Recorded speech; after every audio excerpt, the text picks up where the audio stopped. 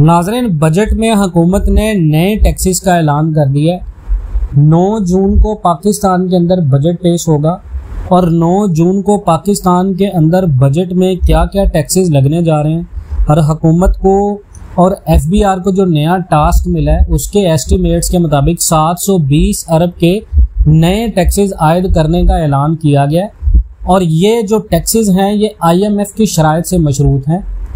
Budget में 720 अरब के नए टैक्सेस आयद किए जाएंगे और नॉन फाइलर्स के लिए टैक्सों में इजाफे का फैसला है।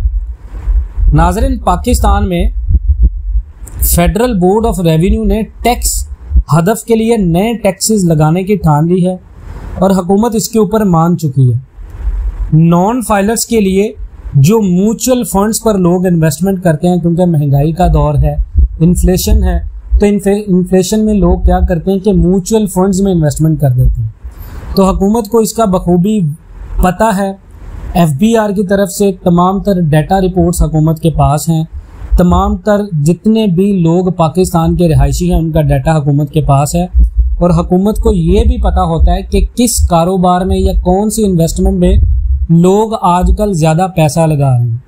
तो हुकूमत ने नॉन फाइलर्स के लिए जो लोग म्यूचुअल फंड्स में इन्वेस्टमेंट कर रहे थे बैंकों के थ्रू, ताकि हमारे पैसे डी वैल्यू ना हो, हमें उनके ऊपर अच्छा रिटर्न मिलता रहे, तो उस रिटर्न के ऊपर अब 30% टैक्स लगेगा।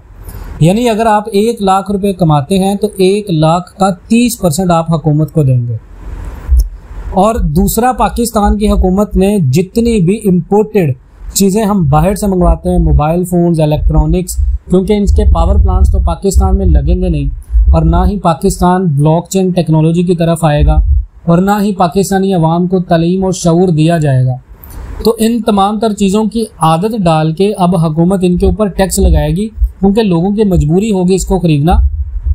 और इम्पोर्टेड आइटम्स के ऊपर विद होल्डिंग टैक्स को बढ़ाने जा रही है हुकूमत। उसके बाद अगर प्रॉपर्टी सेक्टर की बात करें तो प्रॉपर्टी सेक्टर जो पाकिस्तान का पहले ही बहुत ज़्यादा मंदी का शिकार है, महंगाई की वजह से लोग कुछ खरीद नहीं पा रहे, ना प्लॉट खरीद पा रहे हैं, ना अपार्टमेंट खरीद पा रहे हैं। तो प्रॉपर्टी सेक्टर में नॉन फाइलर के लिए विद होल्डिंग टैक्स 2 गुना किया जाएगा। नॉन फाइलर्स के लिए प्राइस बॉन्ड पर विद होल्डिंग टैक्स बढ़ाया जाएगा।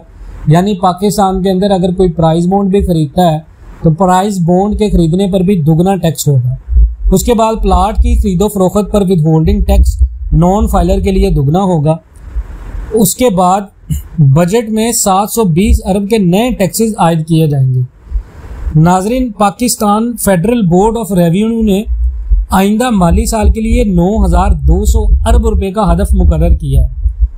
FBR इस साल में 1,900 अरब रुपए इजाफी इकट्ठी करेगा। अगर दूसरी जानब बात करें तो कारोबारी शख्सियात ने आइंदा बजट में टैक्स नेट में इजाफा करने का मुतालबा किया है।